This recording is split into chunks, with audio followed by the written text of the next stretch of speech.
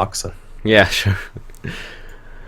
All right, what's happening, plebs? We out here with Dan Parker here from YGOrg, who's ex military, aka DN warrior.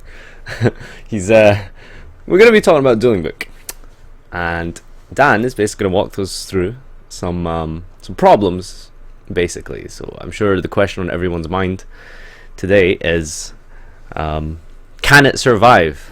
Dan, if you'd like to tell us the problems. Okay, well, I will say that I've never actually logged into the thing. So, from what I've heard, at least it's functional. Have you actually had a successful duel on it? Oh yeah, I don't know if you Okay. watched my last video, but I mean, I was playing on it. It was working perfectly. It's just like just like DN, but obviously without judge staff and anything. And then got really laggy, and then it just crashed and never logged back in again. Okay, well, that's obviously the first problem. There was four that we had addressed. The first one being that the server was it couldn't even handle like 2 a.m. no one knew about it traffic, let alone the 2 million accounts the Dueling Network had. Yeah, So he's going to have to find a way to, like, obviously there's big servers out there. He could get like a single hop server or something, but he'd have to be willing to and able to afford it. And like DN was operating at a loss for its entire life, even with the donations. But it was something that Chris was passionate about, so he kept it open. how much are we As talking here for like a stable server? uh, when I looked into doing it myself, a server that had the 40 terabytes of space and the bandwidth for it was, I think it was 350 a month without the storage space, and they had to get me a quote to actually have enough space for like all the images and accounts. Okay, so how much on top would that be roughly? Do you think? I think it would come to close to 500 a month to run DN. 500 a month. And as far as we know, X Steven's basically just a college student. So I mean, he probably could do it if he really wanted to, but that's again, that's one of the four things is that he has to want to. mhm. So problem number two. Problem number two is that in the next 2 months, Japan is getting that new mechanic, like the next in line after pendulums, Xyz, synchros. So he's going to have to program it into the client. And even pendulums took us like 3 months to finally get working. And that was with like a whole team of dedicated people and BLS. Really? 3 months just to like add like scales? Well, it was more than just adding scales. They had to have the functionality of each card and knowing exactly how they worked and stuff. So as far as we know, he's not quite solo, but definitely wouldn't doesn't have like a team behind him, does he? I don't know anyone on his list of staff that he had on the site. Someone had shown me a list, including a couple names I'd never seen before. Not Red Gamer, that was one of the players on DN. Rising 3 or something. It starts with an R. Mm. But like that's again something that can be overcome. It's just definitely a big task and something he's going to have to be able to overcome. It's not as simple as let's just take DN's code, slap a couple things on it, and pay for a server. He is going to have to be able to update it to include a new mechanic. Yeah. On the The plus third side, one is going to be not being taken down by NAS, which his YouTube videos already have been. And the fourth is wait, not his being. YouTube videos have been taken down by NAS? Yeah. The Dueling Book YouTube videos have all been taken down, copyright claims by NAS. Wow. They're already aware of the program and taking it down. Okay, so on one hand, I thought, well, these copyright claims, like they've got bigger fish to fry than like some random like website. It'll probably take a while before they like, catch on to like DN's resurrection. But here we are. Basically, not even it wasn't even released, and they were taking down videos. So Mm-hmm. that's pretty big. So, and safe to assume there's no loopholes involved with NAS currently, with Dueling Book's current state. From what I'm told, the servers are in Europe, so they're going to have to get a different law firm. They can't just use the same one in New York that sent the cease and desist to Chris. So, but I mean, that's literally just a matter of time. It doesn't take more than 2 months to get formalized legal papers drafted. Mm-hmm. So, problem number 4. DN itself still belongs to Chris, and he still has a cease and desist on him, so he has every possible motivation to want to see Dueling Book taken down so that he doesn't get blamed for it, because then he does have to go to court, and that's a waste of his time and money. So basically, because of the fact that, he owned DN, and now someone has taken DN from him, I'm assuming without permission, then Correct. It basically means that, as far as NAS is concerned, Chris is still almost somewhat responsible for Dueling Book, because it's his code that he's, I guess, let loose by, whether purposefully or not. Well, that's just it. He has to prove that it wasn't purposefully, that he's not, hey, Steven, here's my code, launch your site. Take my code, even though I'm not allowed to have this, and launch it and just do it in Europe. He has to prove that he didn't do that, and obviously he didn't. And like he hasn't broken any laws, but he still has to prove that he hasn't broken any laws, which means he's going to have to spend a lot of his time and money, and the money that he loses by not going to work, representing himself in court or having someone represent him in court. Right. So that's if NASA actually comes after him. They'll probably send him an email and be like, "What the hell?" And he'll send an email back and be like, "It's not me. Please believe me." And if they do, then they'll leave him alone. And hopefully that's the case. Yeah. Okay.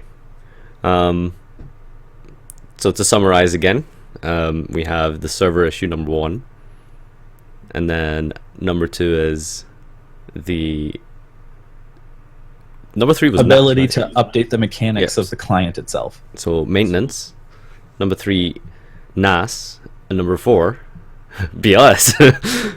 So yeah, it's a whole lot of obstacles he's got to play through, and in the end, a lot of us still in the impression that it's a troll. So have you? I mean, more than 50% of the code on Dueling Book is Chris's Dueling Network code. Mm-hmm. How did he access it? I mean, how did he get a hold of it? Maybe from the GitHub. I haven't personally asked him, so I can't say for sure. Mm. So, I mean, what are your personal thoughts on it? I mean, I tried talking to Steven myself about it, but he stayed in character, as he typically does. In character. I took a look at the blog posts, and they didn't do a whole lot to deter the idea that it was still a troll, that he's just seeing through to the end. There's a lot of stuff in it. It looks like half true and half not. I can say with certainty, I witnessed it myself. He would complain in the senior chat, for example, about the public chat on DN. It was actually the most commonly complained about thing among admins, was that the public chat was just such a disaster. So for him to make a big blog post about how it was his favorite feature on the site, when it was the exact opposite, it was his least favorite, that seems like it's him making a joke. And he had another one. It was the downfall of DN. He was in 2012 we had 9,000 users online at any time, and now we have 3,000. Where did those 6,000 go? And he fully knows that it's because the OCG and TCG lists split, and that 60% of Dueling Network's users were Japanese, and we didn't have OCG support, so they all left. So he's fully aware of that. He was a senior administrator on DN. He's there's no ambiguity there. He knows the reason the 6,000 people are gone is because they were Japanese, but he still goes on to say it's because we banned 66% of our user base, and our fans are silly, and all this other stuff in his blog, and it's just I can't take any of it seriously. And oh god, have you been on it at all? No, as I said, I haven't even registered an account on it. I saw the intro animation for it, which was kind of nice. Obviously, that's what he does. He makes videos, and he's very, very good with things like Photoshop. But as far as actually playing it, I fell asleep I was on my way to bed when it first launched, and I woke up like 4 hours later, and by that point, the servers were already down. So I didn't even like try to log in, and I had no idea they were even back until you told me you logged in just a minute ago. Mm, right. So, do you think he can do it? I think he can do the first two. I think his YouTube channel is pretty successful, and he himself has a job. So if he really wanted to fund the server and just pay money to have his thing exist, I think he could do that. And getting it updated, I think he's capable of doing that as well. If not, he knows people who are. Whether or not he can survive NAS coming after him, I don't believe he's capable of. I would love to be proven wrong, but I don't see it happening. And as for the BLS thing, he would have to formalize some sort of, well, gosh, I can't think of the words for it right now. Some kind of like agreement between Transition him of asset, basically, like a formal purchase of the code and absolving all liability on Chris's part. Oh, okay. Have you spoken to Chris about this? I sent him a text when Dueling Book went live. He didn't reply to the text. I usually try not to harass him because he works and then sleeps and then works and then sleeps. He works more than anyone, so it was at the point where like the servers were down and people weren't really taking the thing seriously yet, so I didn't consider it a huge threat to his well-being.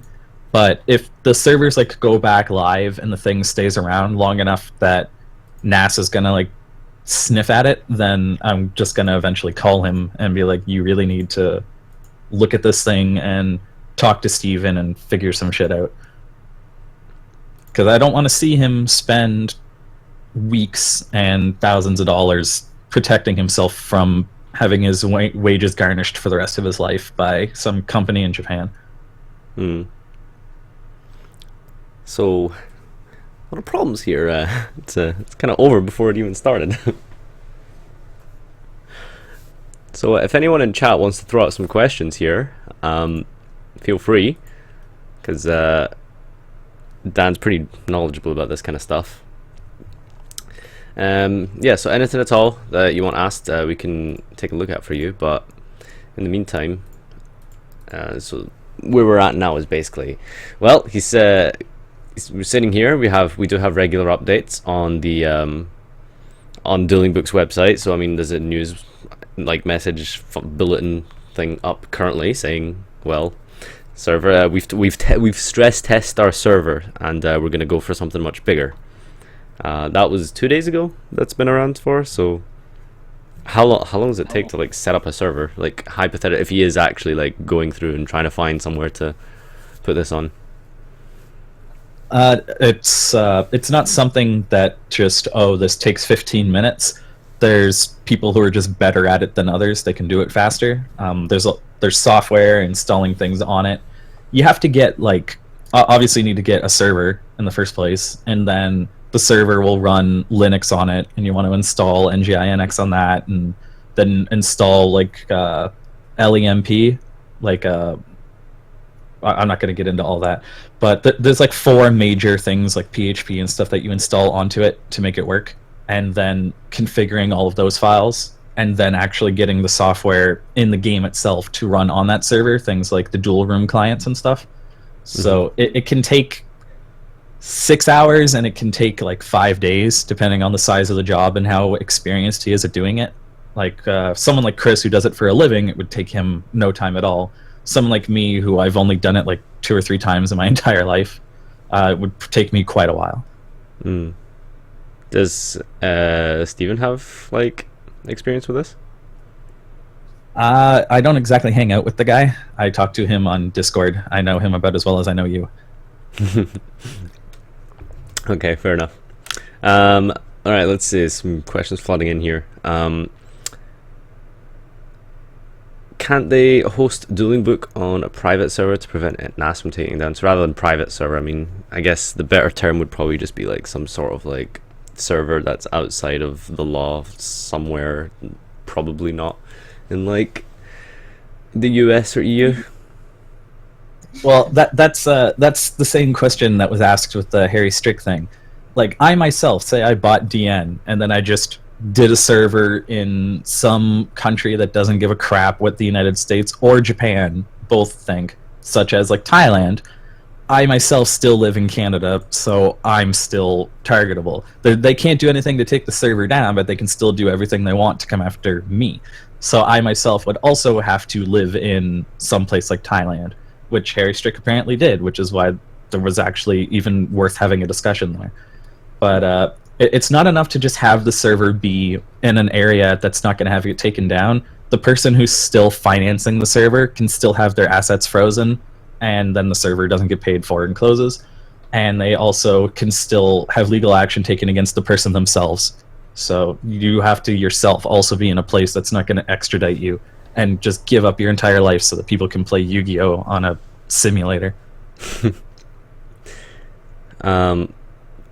Has anyone considered making this into a desktop application rather than an online browser? Obviously, the benefit of DN was it was an online browser, but yeah, the biggest thing is that it's the biggest draw was that it was an online browser, online in your browser. If you were to make it a download, then at that point you're directly competing with Yu-Gi-Oh! Pro, and you'd have to be taking the same silly loopholes that they're taking to make your thing exist, at which point, why would you not just use Yu-Gi-Oh! Pro where all your decks and all the players already are? Because it's manual. Yeah, but so's the Lackey DGZ thing, and that thing actually lets you do stuff like Pot of Desires properly.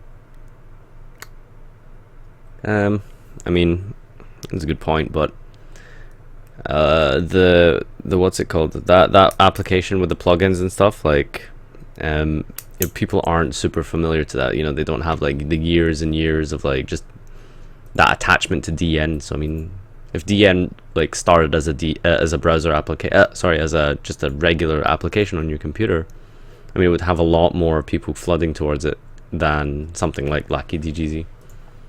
Yeah. So it could work. And what in terms of like engineering perspectives, like what does that take to like transfer DN onto like a browser-based game? Would that be a possible thing? Like, would it be? Well, I mean, it would probably be possible, but would it be simple? No, it wouldn't. It's DN itself is entirely coded in Flash. Flash is run through your browser. Mm-hmm. So you would have to just rebuild it from the ground up in a completely different system. Can you not just run it from your browser but not be online? Wait, I mean, that wouldn't really work with it, I guess. Because I mean, you could still run it. Be an HTML thing that can't connect to the internet. Yeah, okay, I guess so. All right. Let's see. Any other questions here? Did you see anything? I see Zodiac player making weird things. I mean, in the chat. Let's see. Let's see. Get Steven to move to Thailand. Yeah, let's not. I mean, I think you've gone over it pretty like in depth. I mean, clearly, like, there's a lot of problems here. It's not going to be easy. I guess this is a good question to end off here that someone's asking here. Is Dueling Book done for? Again, I don't want to say no, because the two hurdles that would stop it, assuming NAS wasn't involved, can be overcome. So beyond that, it literally just comes down to how quickly NAS can come after him and how much he cares. But I will say that with NAS already taking down the YouTube videos, like, he probably should take the hint that they still care and that they're still out for blood. They still obviously care greatly about Duel Links and Dual Generations and Legacy of the Duelist and all the programs that they have. I had thought for a while that maybe it was just the movie, so they have all of their intellectual property that's just been renewed. Because a big part of it is they have to protect their copyright. It's the law. You can't let one person infringe on you and not another. If you don't proactively protect your intellectual property, then you lose the ability to protect it at all. So if NAS themselves is shown, like, hey, this site is using pictures of Yugi Moto, and they don't do anything about it, then they lose their protection on Yugi Moto forever. So with things like the movie coming out, it was like they had an extra incentive to like renew all of their copyrights on all of the characters, Dark Magician, Blue Eyes, and so on. So it made sense for them to like go after something as popular as Dueling Network, where Dueling Book wasn't going to be as popular because it was new and lesser known, and the movie was already out. I thought like maybe they would kind of leave it alone, but they've already, as I said, like 5 days into Dueling Book, all the YouTube videos had been taken down. Like NAS is still proactively out there assassinating content, for lack of a better description. So I would say don't get too attached to Dueling Book, but use it while it's there, because it's obviously better than nothing. And it's not trying to steal your emails like the other one. I saw a good question here, actually. Where did I miss it? Do you think NAS or Konami would ever consider just taking DN and just running it themselves? They already did. They had their own online Yu-Gi-Oh program, and you'd like paid for cards and packs and stuff, and it did not do very well at all. Obviously, they stopped doing it. The issue for them is that they have to. It's their brand. They need to like make money off of it, and they can't just put ads for card stores on their game the way Dueling Network was doing.